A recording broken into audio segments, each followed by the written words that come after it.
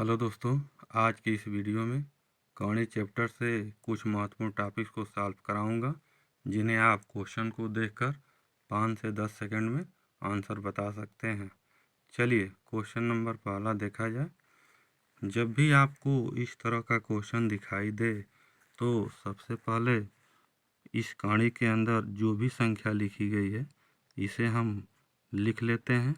लिखने के बाद इसका ऐसा गुणनखंड करते हैं कि उनका अंतर 1 हो और गुणा करने पर हमारा 12 हो। तो यहाँ हम 3 और 4 को लेते हैं।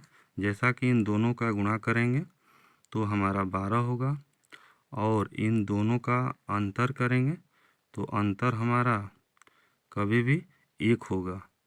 तो जैसा कि इस कहानी से पहले हमारा 1 है तो यहाँ इन दोनों का अंतर 1 होना चाहिए।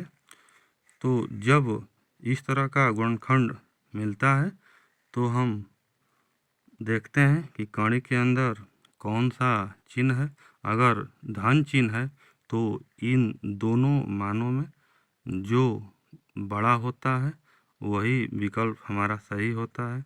तो यहाँ पर बड़ा मान हमारा 4 है, जैसा कि विकल्प बी में दिया है, अतः इस क्वेश्चन का विकल्प बी सही होगा। अब हम चलते हैं अगले क्वेश्चन की तरफ। अगले क्वेश्चन में देखा जाए तो पहले क्वेश्चन की तरह यहाँ जो भी संख्या है इसको हम लिख लेंगे। लिखने के बाद इसका हम ऐसा गुणनखंड करें कि उनका अंतर 1 हो जाए।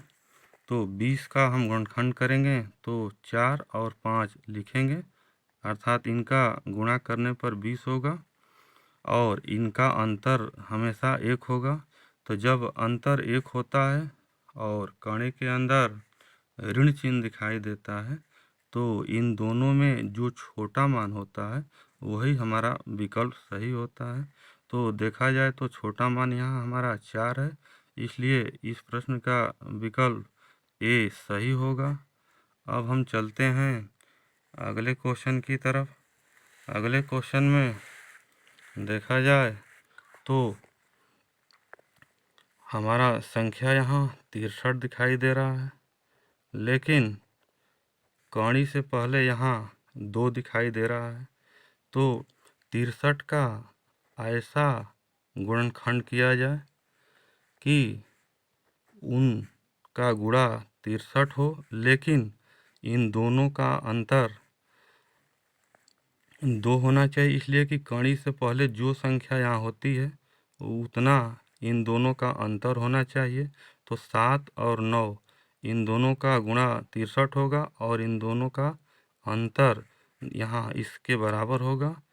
तो ऐसे प्रश्न में जब यहाँ चिन्ह धन दिखाई देता है तो इसमें जो संख्या बड़ी होगी यहाँ वही हमारा विकल्प होता है, इसलिए इस प्रश्न का विकल्प बी सही होगा।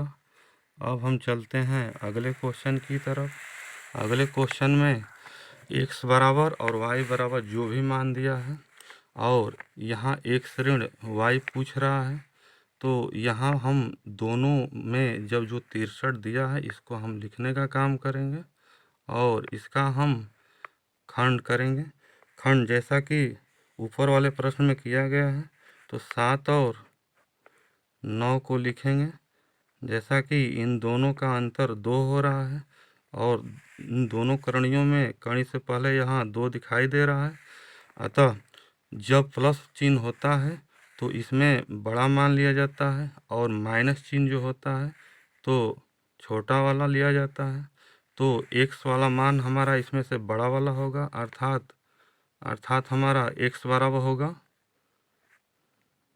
9 और y का मान होगा हमारा 7। अब इन दोनों मानों को जब यहाँ x ऋण y पूछा है तो x ऋण y करेंगे तो 9 ऋण 7 होगा। इसका हल हमारा 2 होता है, अतः 2 हमारा विकल्प ए में है, अतः इस क्वेश्चन का विकल्प ए सही होगा।